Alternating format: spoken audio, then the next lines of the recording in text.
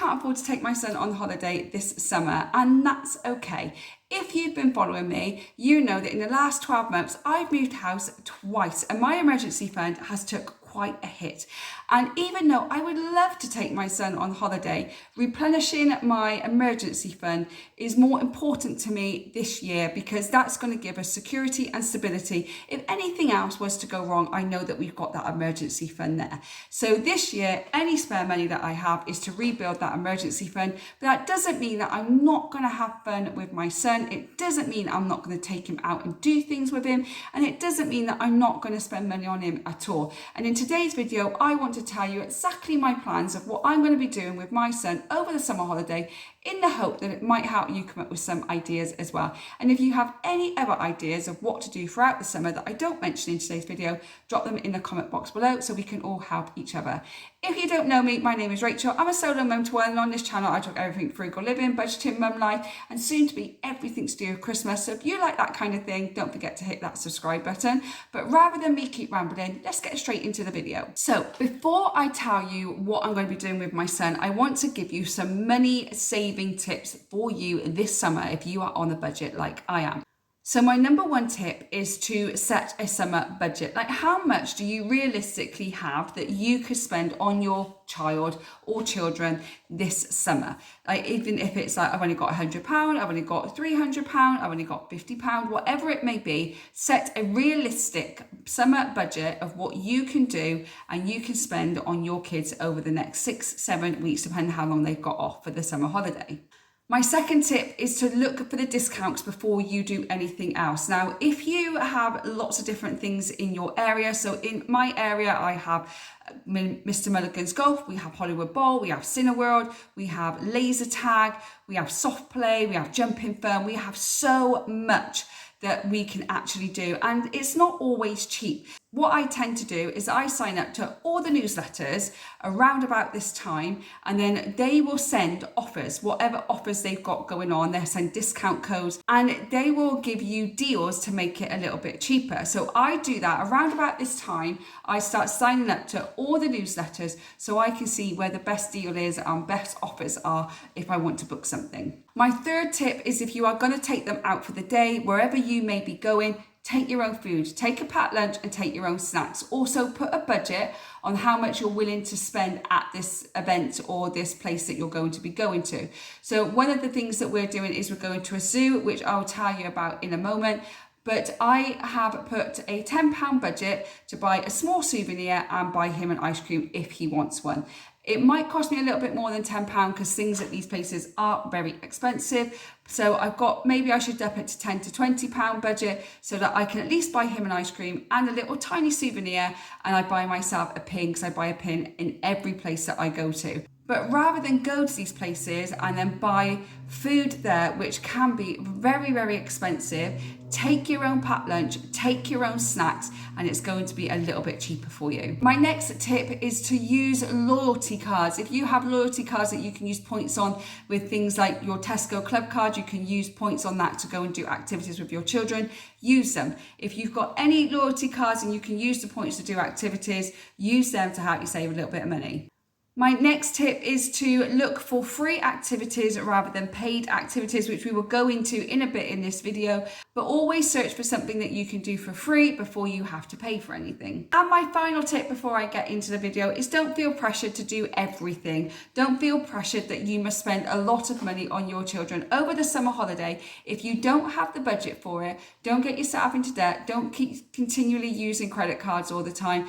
Look at different alternatives that you can do. And sometimes if you just explain to your kids that you just can't do it this year, but maybe you could do it in the October half term, or you can do it next year, kids will understand. Sometimes we don't actually talk to our children, but if you talk to them and you explain it to them, if I explain it to my son, he might be a little bit disappointed, but he does understand in the end. So those are my top money saving tips over the summer, but let me get into what I'm actually going to be doing with my son over the summer holiday to save me some money. Now, the first thing I'm going to be doing is obviously the usual: take him to local parks where he can play, take him for nice long walks in nature and see how much wildlife we can see. And if you've got a beach near you, you can take your child to the beach for the day. and just walk along the beach, make sandcastles, dip your toes in the sea if you've got a beach near you. I unfortunately don't have a beach near me, but if I did, that is definitely something I would be doing. Another thing I'm going to be doing is checking out the free activities in the local area, like I mentioned earlier in the video. So there is an activity that happens here every single summer, and it's called No Child Left Behind. And it's for all families, especially those on a low income or a very tight budget. Rather than keep your kids indoors and not be able to do anything with them for the entire summer, they put on this massive event in the main park in our town, and it takes over the entire park, and it's a very big park. And there's lots of things that you can do, from circus skills to dance displays, to face painting, to bouncy castles, and it doesn't cost anything. And it's so busy all the time, but it's so good that our local council actually puts that on for the children. So have a look on Facebook groups, community boards, even check your local libraries and see what free activities there are going on that you can take your kids to. So those are a few things that I'll be doing, which everybody tells you to do anyway. But then other things I'm going to be doing with my son is I am going to be taking him golf, bowling, seeing a film at the cinema, but actually we're going to a theatre, which I'll go into in a little bit.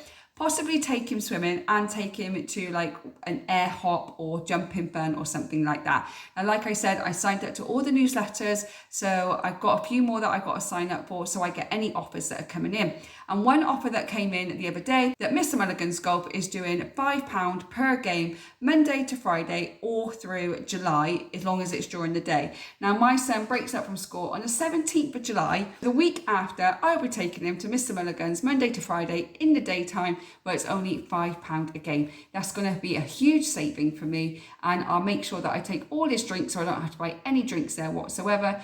And once we're done, we'll just walk back home. Throughout the whole of the summer, I want to do all of those different things. One of them that I did mention was going to the cinema. Now, actually, the cinema can be quite expensive. They do have offers on, which is great. And if you have signed up to their newsletter, you will get that offer. Also, if you don't want to sign up to their newsletter, then make sure that you're following them on the Facebook pages or any kind of social media, because they will always advertise their offers on there as well. But in the next town over from us, there is a very lovely theatre, and they also put films on. And in July, the new Minion film is coming out. My son would like to watch it, but I said in August in the theatre, they're actually going to be putting it on there, and it's only going to be £5 to go and watch it, and it's much, much cheaper. So we're going to drive over to the next town over in August, and we're going to watch the Minions film at the theatre instead of the cinema, because it's a little bit cheaper. So if you have a local theatre near you, see if it's cheaper than going to the actual cinema. Take your own sweets. So go to Home Bargains, go to Poundland, go to B&M, buy some really cheap sweets, put it all in a tub and take them with you, and it saves you buying anything there, which is really, really expensive. However, they do a Munchbox at Cineworld if you do go to the cinema, which is popcorn and a drink and some chocolate for children, and it's only £5. So if you wanted to do that, you could do that instead. So I'm going to be doing all those activities with him spread out throughout the summer, so it's not all in one go. But I'm going to be looking at all the deals, and I'm going to be looking at all the newsletters and all the offers to see what I can find.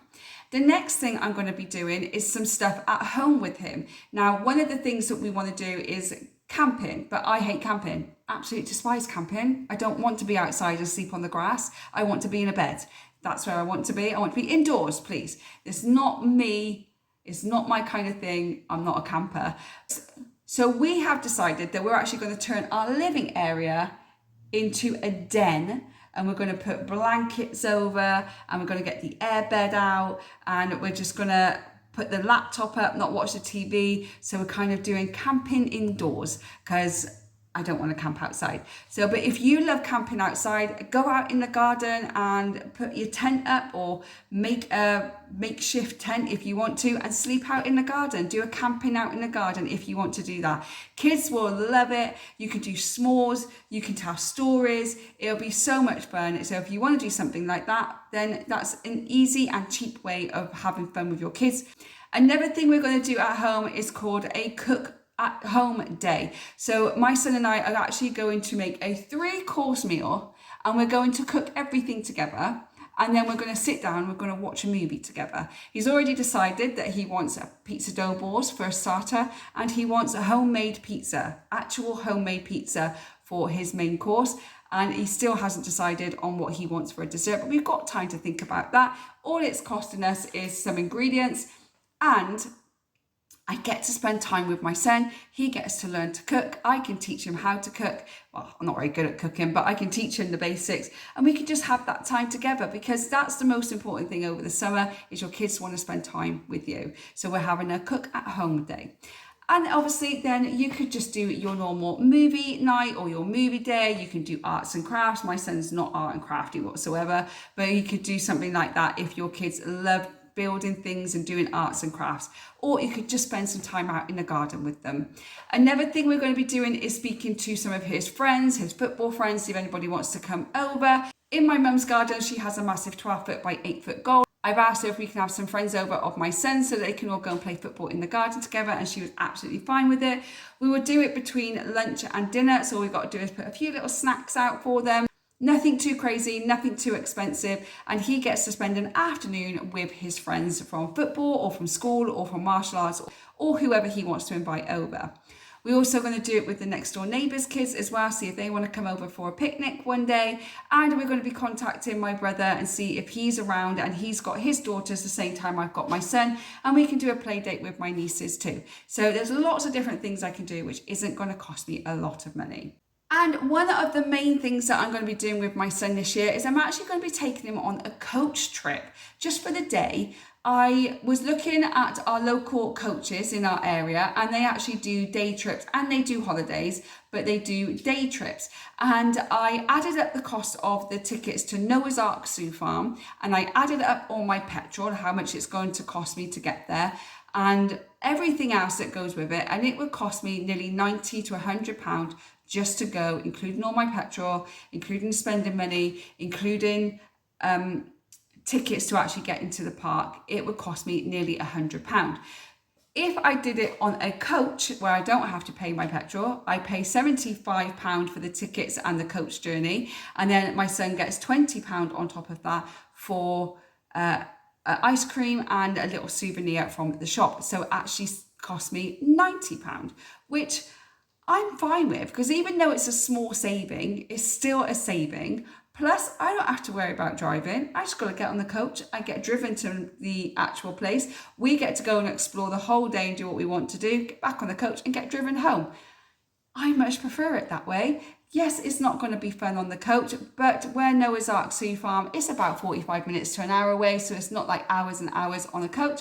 So we are going to do that. So if you've got local coaches near you that do day trips, check their websites and see whether or not you can afford to do something with them instead. It takes a lot of stress off you, a lot of pressure off you, and it might work out a little bit cheaper as well. So I'm sure that there's lots more things that you can do with your children throughout the summer holidays that's not going to break the bank, and it's not going to go over your budget, and then you've got to start worrying about Christmas.